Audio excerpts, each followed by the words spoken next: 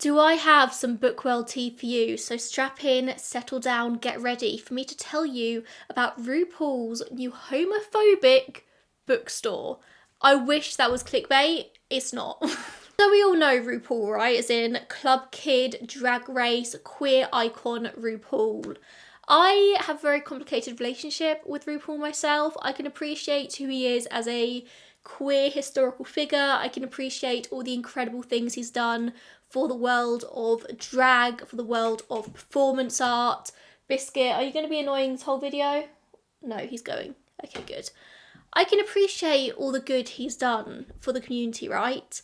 I can also just highly dislike who he is as a person. Every time Rupaul opens his mouth, I just want to be like, shh, shh, just stop. Just stop. Don't do it.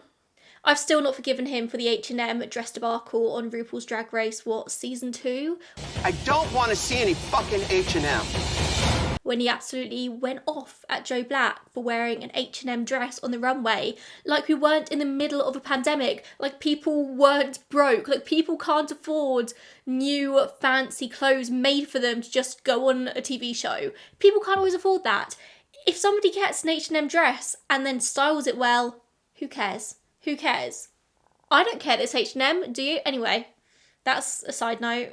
I'm not forgiven him. You may or may not know that just last week, Rupaul released his much-awaited memoir called House of Hidden Meanings, and I have been very excited for this book. I personally haven't read it yet. It is the top of my list. I'm going to get it on Audible as soon as I finish the one I'm reading right now. So this video is not about the book in itself. I could do a whole separate video on that if anybody wants to see that. That came out last week, so obviously there's been a lot of PR. Rupaul's been appearing a lot on my Instagram feed, in the media. He's been doing interviews, which he barely ever does. Like, people are talking about Rupaul. And House of Hidden Meanings has not been getting the best reviews so I've seen so far. I haven't really wanted to dive into it because I do want to read it myself and make up my own opinion. But from what I've been able to see, the people who had early access, as in the people who weren't necessarily massive Rupaul fans, have been giving it 2 to 3 stars. All the latest reviews of people who are picking this book up because they love Rupaul. Now it's getting more 4 or 5 stars. So it's probably somewhere in the middle. Apparently it's basically just self-help books sprinkled with all the Rupaulisms, you better work and things like that, whilst actually offering very little insight into his past. But I digress, we'll see. The point is, people are talking about Rupaul a lot at the moment, and I don't think he cares whether it's good or bad. Like he always says, I don't care what you call me, as long as you're calling me. He's either a marketing genius, or his team is a marketing genius, or he's just an idiot, but either way, I'm here talking about him, so it's working. A couple of weeks ago, on the 27th of February, Rupaul uploaded a very cryptic video to his Instagram in which he was standing in front of an American flag wearing a blue, white and red suit, very reminiscent of Trump's suits that he wears a lot of the time. And it was an announcement of an incoming announcement. He basically said, I've got an announcement coming up for you, keep an eye out on my Instagram. And obviously the comments went mad of people being oh my god, Rupaul is announcing that he's running for presidency. Hi, I'm Rupaul, and I have an announcement of an announcement for the American people. Subscribe and be the first to find out what it is. I was about to say that if people genuinely believe that, then maybe they need a bit of help, but you know what, we've seen crazier things with American politics. If Rupaul ran for presidency, then that honestly wouldn't even shock me. No, of course it wasn't that. On the 4th of March, he uploaded another video where he announced he is now the co-founder of an online bookstore called Allstorer. Okay, y'all, I told you I have a big announcement. Well, here it goes. I have co-founded an online bookstore called Allstorer. And honey, it is a blast. We are moving the conversation forward. Allstorer is supporting authors. It is supporting you, all voices, everywhere. This is a platform that I am in love with because the conversation needs to move forward. It really does. Through books, through conversations, through community. So go to allstorer.com to find out more. Honey, it's all about Allstorer. And I'm not going to lie to you, even though I'm not personally a massive fan of Rupaul himself, we do need more queer bookstores out there. And immediately off the bat, like, this is what I assumed this was. Allstorer, co-founded by Rupaul, is going to be a queer bookstore featuring books written by queer people about queer people. Like, it's going to help educate and diversify. And I was so excited. He talks about supporting authors and readers. He talks about moving the conversation forward through books, all of which very strongly hints at inclusivity. And if there's one thing Rupaul is going to do really well in this world, it is capitalise. And people have come forward claiming that Rupaul is kind of the epitome of rainbow capitalism. Rainbow capitalism is something that we most often see during Pride Month, when all of these random companies come out of the woodwork and just shove a rainbow on their packaging or on their Instagram profile picture or in their bio, and they're like, look, we're so good, we're so supportive and inclusive and diverse, like, we are just the best company ever, like, buy from us so we can help queer people. And then July 1st comes around and all the rainbows are gone, and suddenly everyone's back to hating the gays. It's companies claiming to support LGBTQ+ causes whilst actually just making merchandise for profit. They just want to make money off of us. It's for money, not for a cause. They just know if they slap a rainbow on something, it's gonna look good for them and maybe more people might buy their product. And then it ends. And that is basically what Rupaul does all the time. Like, he will come in, shove his face and name to a product, they'll sell loads of things, and it will turn out that the product in question is shit. The same thing has happened with Allstorer. You go on the Allstorer website and the first thing you're greeted with is the tagline, "Stories that welcome us all." Remember that. It says when you buy books from Allstorer, you are supporting authors. Co-founded by Rupaul Charles, Allstorer is a new bookstore that splits its profits with authors. It has the new releases, it has the best-selling books. They've all got these like little tags on them like Cryconic, Book Talk approved, new. That's it. Shop queer. Like, they've got little cute tags on them. It's a very aesthetic website. A quote from Rupaul reads, "Allstorer is all about empowering creators and cultivating community. Here you can support your favourite authors, find your story and find your people." Like, it's quite clever. Like, you have this part here where you can like tell us what you're into. So you've got like women, queer, thrillers, black, Asian, lesbian, a whole long list of all these different things where if you click on them, so if I click on queer and lesbian and then shop books, what happens? It comes up with a list of lesbian queer books. The first one is The Stonewall Reader, which I highly recommend, by the way. That is an awesome, awesome book. Their mission, as it says on the front page, is "We're changing the book industry. Did you know that retailers like Amazon make 5 times more than authors from the sale of a book? And the average full-time author earns less than minimum wage. We're on a mission to change that. When you buy a book from Allstorer, the author makes double what they'd make from any other retailer. And we're just getting started." So it seems like this entire website is not only to sell queer books or inclusive books, as you would sort of imply from Rupaul being a part of it, it's also to make sure the authors are actually earning money from the sales of their books. Like, that is, at its baseline, not a bad thing. Just wait. And Allstorer is not just your standard bookstore, because you can pay just $5 a month to become a member, and then you get 50% off, I think, pretty much everything on the site. And when I tell you 50% off is actually quite a lot of money, because books in America are so freaking expensive. I went to New York last June, I went to Barnes & Noble and just like picked up a couple of books I liked the look of. Didn't even think to check the prices because like I know how much a book generally costs. I picked up 3 books. It cost me $65 for 3 books. It was insane. So if you're the kind of person who buys more than 1 book a month, then that $5 a month is probably worth doing. The Britney Spears memoir, The Woman in Me, is $32.99. $32.99. Malala's memoir is $26.66. What the hell? Niall DeMarco's memoir is $53.82. But if you remember, that's half. So if you remember, it's only $26.91. I don't think necessarily that is so much criticism of Allstorer in itself, but it is of like books in general. Like, how can you price books at that amount? That is insane. I also just had some questions just then about their profit margin as well, because how can you afford to give people 50% off everything for just $5 a month? Like, surely people would buy so much with that. but I just checked their sort of Allstorer membership FAQ page. It says you get 50% off your first 3 books and then 30% off everything else. Your first month is free, you pay less, but authors still earn double. I don't know how, but apparently they do.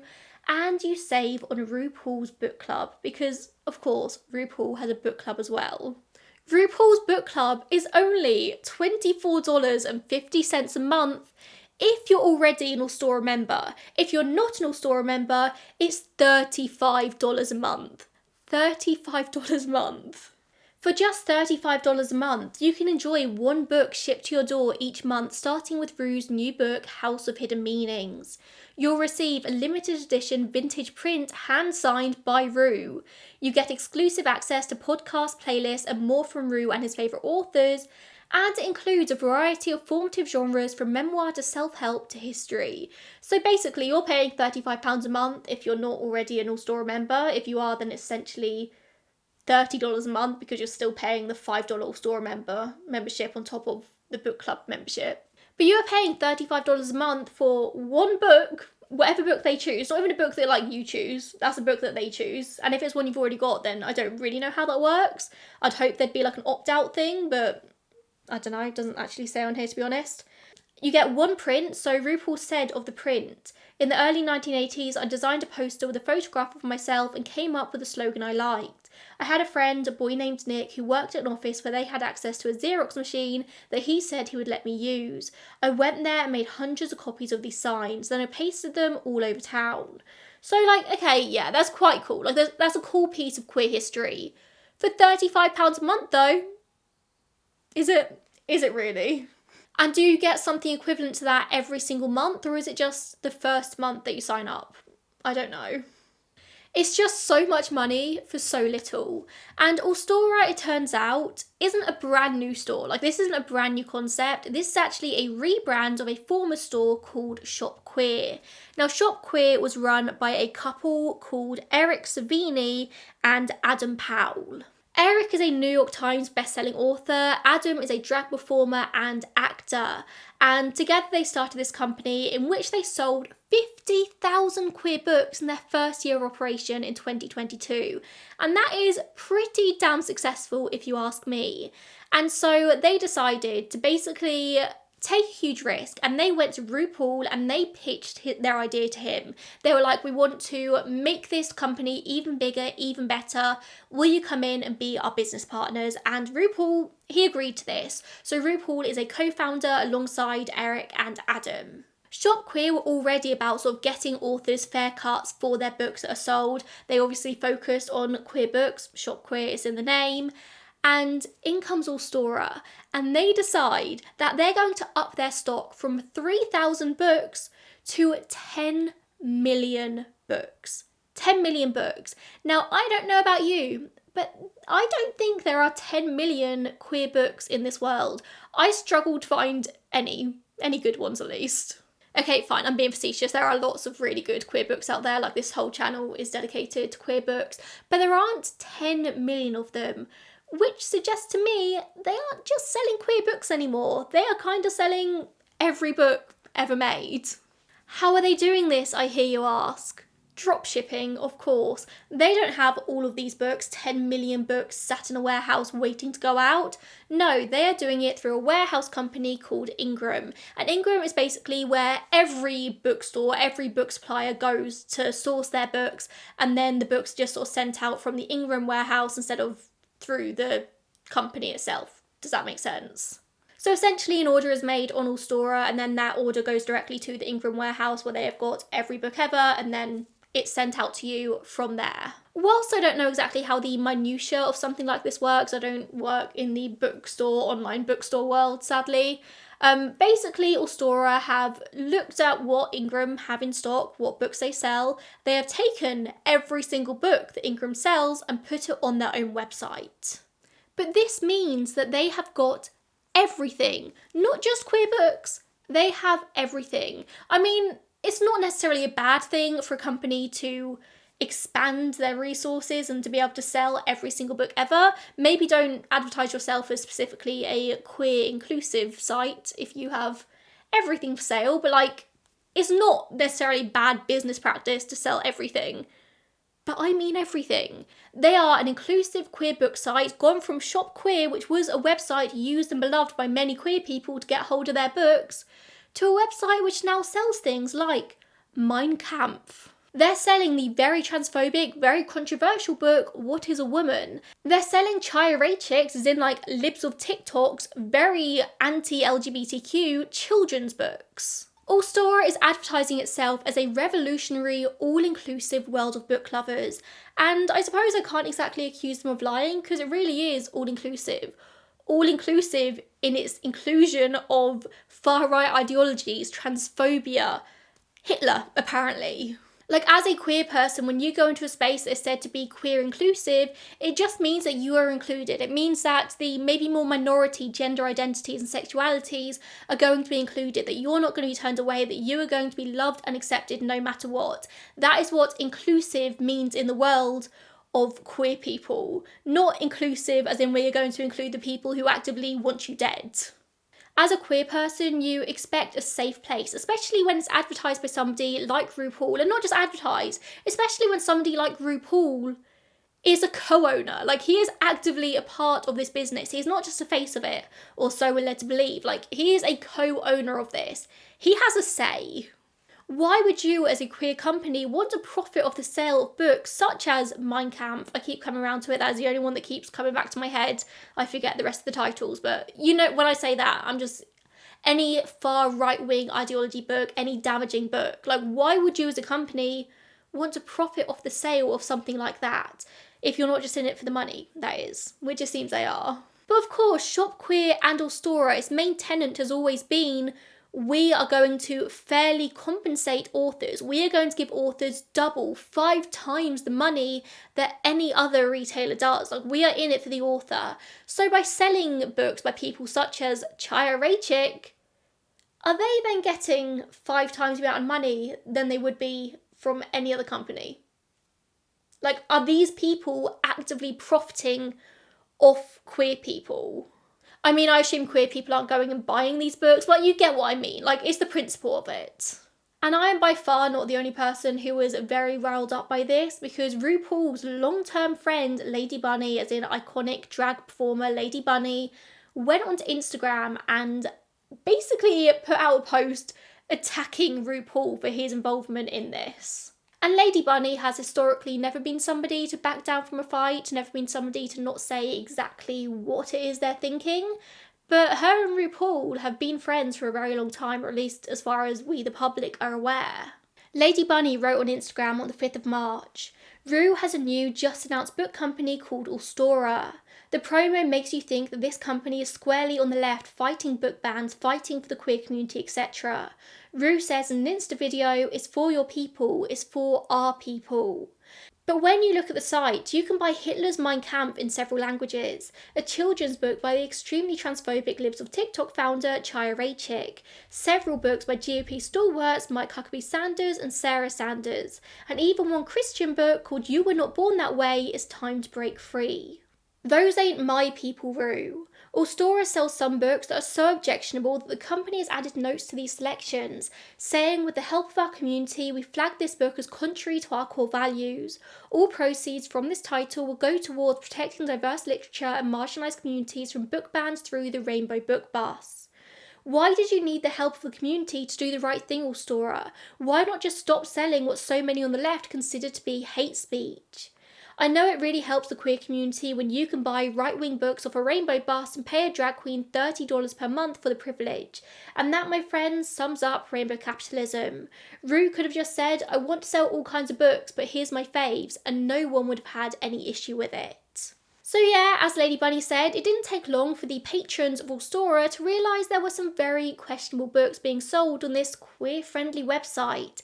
And so Allstorer responds by not removing these books, not by taking them down, which, you know, anyone would argue is probably the right thing to do, but by instead just flagging them on the page by basically saying, like, these don't align with who we are as a company, so if you buy this book, the proceeds will just go towards gay causes. And not only this, these books were now being flagged on a community-led system, which meant the community, as in like normal people like you and me, had to go on the store and search for these books to then flag it to the owners, and then they could put the sort of comment on there saying like, by the way, we don't really agree with what this book says.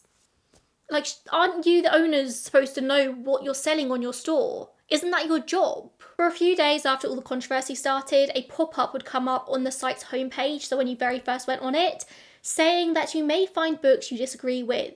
The note attributed to Allstorer's team, I'm reading from The Vulture, states that the store doesn't agree with every book it carries, but argues we cannot fight the ideologies of hate if we lack the ability to study, understand and react to them. We do that by reading books.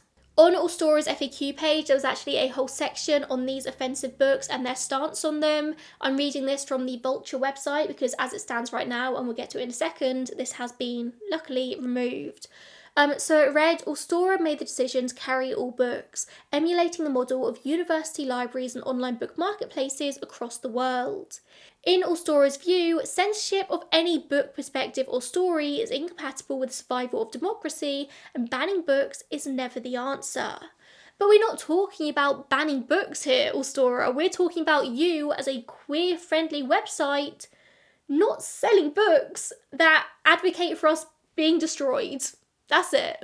Like, nobody's talking about book bannings. We're just talking about maybe you don't sell them on your website, which is all-inclusive. But it's okay because any money made from selling these books will be sent to their Rainbow Book Bus initiative, a rainbow-painted bus they have which travels around the country, giving children access to diverse books. But my question is, what are the diverse books? Like, what is diverse? If you think diverse is selling books from every single walk of life, like offensive books, are they the books you can get on the bus, or is it just queer books? Like, how does that work? Like, just how curated is this? And you can also donate $10 towards their Rainbow Book Bus initiative. But what is your $10 getting into the hands of a child? We don't know. This went on for a few days with Allstorer like really digging their heels in and refusing to remove these books from their website. Like, they were not going to do it. Until eventually, one of the co-founders, Eric Savini, came out with an apology letter. Dear readers, my name is Eric Savini and I'm a queer historian. I wrote my first book about the US government's persecution of the LGBTQ+ community in the 1950s and 60s. I'm also the CEO of a new online bookstore called Allstorer, which I created alongside our co-founder and chief creative officer, the legendary Rupaul Charles. Over the past few days, there's been much online discussion about our new platform, so I thought it'd be helpful to share some of the things I've learned. I want to take responsibility for our mistakes and I want to apologise. In 2022, my partner and I invested our life savings to start an LGBTQ+ bookshop, shopqueer.co, in our apartment.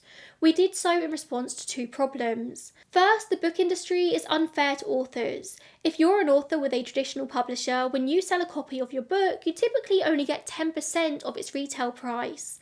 The average full-time author only makes $10,000 per year from their books. Second, we saw the book bans that were sweeping the country. With queer and trans authors under attack, we wanted to do everything in our power to promote and protect queer literature. So we opened shopqueer.co, converted a 22-foot school bus into a travelling queer book fair, and sold over 50,000 LGBTQ books in just 1 year. We split our profits with hundreds of authors who joined our authors program, doubling their earnings from the sale of books on our site. Then came the opportunity of a lifetime. As in an episode of Gay Shark Tank, we found ourselves pitching Rupaul to invest in our company and join us as co-founder and chief creative officer. He said yes. And together we designed a giant queer-owned marketplace for all knowledge and all stories. We envisioned a bookstore that splits its profits with all authors, not just queer and trans storytellers, but also black, brown, disabled, neurodiverse, everyone. A place where all the infinite intersections of humanity could find their books, their people. We called it Allstorer, a store for all stories. We decided to respond to the book bans with radical inclusivity. If the forces of hate went low, we would go high, refusing to stoop to the level of banning books, any book from our catalogue. As a historian, I understand that even the most hateful of books can have educational value. I knew that to dismantle prejudice, we must examine its illogic. We must study history so as not to repeat it, and we must understand hatred if we are to destroy it. So I directed my team to add all 10 million books available for sale in the English language, no matter their contents, to our library. But therein lay my mistake. I wasn't in fact building a library, free and accessible to all, and funded by a government or university, where the principle of free speech is paramount. Rather, I was building a platform to champion underserved authors and create community around their stories. I've spent the past week listening to shopqueer.co customers, Rupaul fans, marginalised authors and readers who feel betrayed by the inclusion of hate-filled books in our catalogue. And through these conversations, I've relearned the difference between a library and a bookstore. While a library should fulfil its civic duty of making all perspectives, however abhorrent, available to all, the environment I envisioned for Allstorer was one that made its guests feel safe. In building that space, I failed. I'm devastated that I've caused Ru's name to be even loosely associated with hate, and I take full responsibility for the decision to include these books. I'm horrified by the thought of a queer or trans youth accidentally stumbling upon a harmful book on our platform. I confused my duties as an academic and a bookseller, and I brought pain instead of joy into the world, and for that I'm sorry. Our engineers have built a reader-based flagging system that will help us identify and remove the most harmful books. We've already removed the titles that visitors have called to our attention, and you can continue to report any instances of hateful material on our site. Which is undeniably a really heartfelt apology from Eric Savini. But what bothered me is the fact that he said it was his fault and his alone. He is devastated to have associated Rupaul's name with hatred. And to that I say, Rupaul is your co-founder. Like, he has overviewed all of this. He is your chief curation officer. What was it called? I can't even remember. He is your chief creative officer.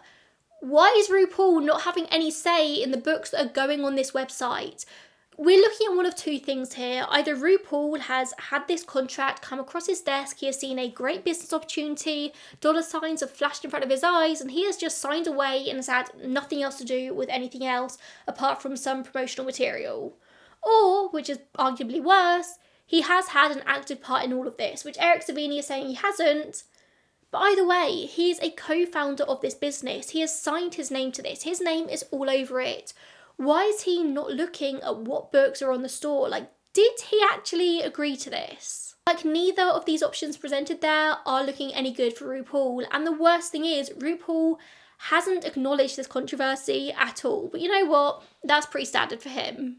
This is actually Rupaul's second controversy of March 2024 because he actually kind of not really addressed the fracker allegations.